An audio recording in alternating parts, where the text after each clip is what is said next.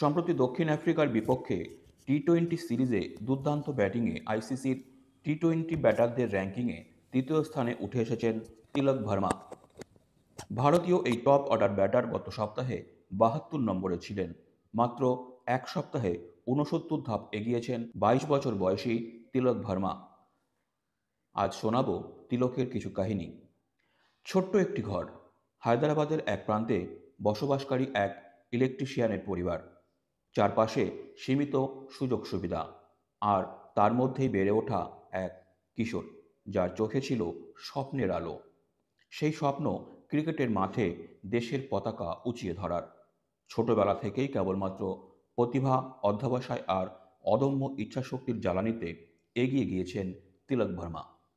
তার জীবন কাহিনী এক প্রমাণ যে সীমাবদ্ধতার মধ্য থেকেও প্রতিভার বিকাশ সম্ভব, যদি থাকে ইচ্ছাশক্তি এবং পরিশ্রমের প্রতি শ্রদ্ধা।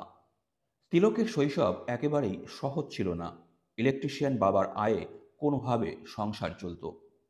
ক্রিকেট খেলার ব্যাট বা প্যাড কেনার মতো আর্থিক সামর্থ্য পরিবারের ছিল না। কিন্তু ছোটবেলার কোচ সেলিম বায়াস তিলকের মধ্যে এক বিশেষ প্রতিভার সম্ভাবনা দেখেছিলেন। টেনিস বলের ক্রিকেটে ব্যাট চালানোর দক্ষতা দেখে তিনি তিলককে লেগালা ক্রিকেট একাডেমিতে নিয়ে যান। সেখানে প্রতিদিন তিলককে প্রায় ৪০ কিলোমিটার দূরে যাতায়াত করতে হতো। কিন্তু তিলক জানতেন প্রতিটি যাত্রা তাকে স্বপ্নের কাছাকাছি নিয়ে যাচ্ছে। কোচ বায়াস তার সমস্ত খরচ বহন করতেন এবং শুধু ক্রিকেটে মনোযোগ করতে বলতেন। এই আত্মত্যাগ আর পরিশ্রমের মধ্য দিয়ে শুরু হয়েছিল এক অসাধারণ যাত্রার। ২০২২ সালের আইপিএল নিলাম। তিলকের বেস প্রাইস ছিল মাত্র ২০ লক্ষ টাকা। কিন্তু শচীন তেন্ডুলকরের সুপারিশে মুম্বাই ইন্ডিয়ান্স ১,৭০,০০,০০০ টাকায় তাকে দলে নেয়।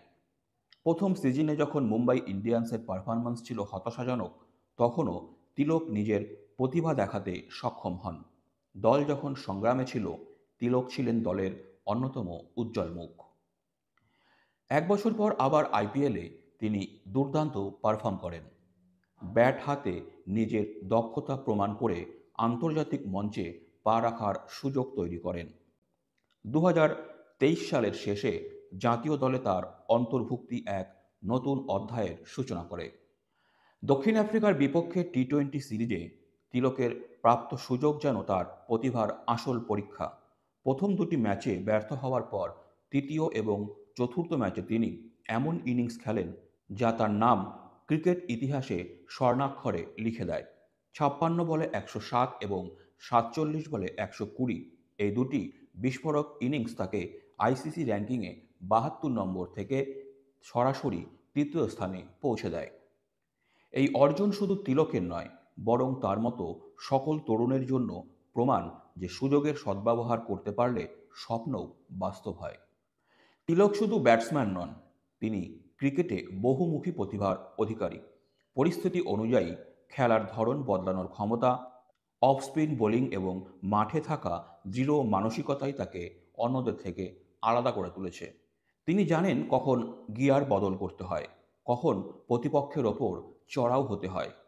তার মতো ক্রিকেটারের ভবিষ্যৎ যে কত উজ্জ্বল তা অনুমান করা কঠিন নয়।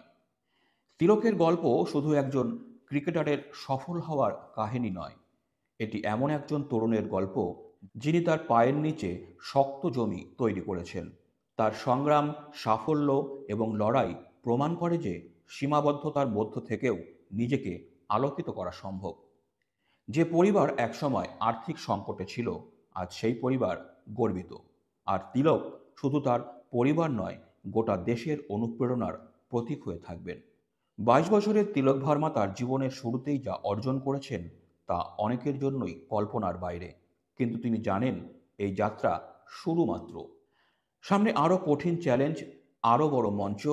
তিলক যেমন তার কোচ, পরিবার এবং নিজের প্রতি বিশ্বাস রেখেছেন, তেমনি এই বিশ্বাসের প্রতিদান দিতে তিনি প্রতিদিন নিজেকে আরও উন্নত করছেন। তিলকের কাহিনী আমাদের শেখায় যে জীবন কখনোই সহজ নয়, কিন্তু পরিশ্রম, ধৈর্য এবং সঠিক গাইডেন্স থাকলে যে কোনো শৃঙ্গ জয় করা সম্ভব। তিলক ভার্মা আজ একজন তারকা, কিন্তু তার গল্প সাধারণ মানুষের। আর তাই তার এই যাত্রা আমাদের সকলের জন্য এক চিরন্তন অনুপ্রেরণা।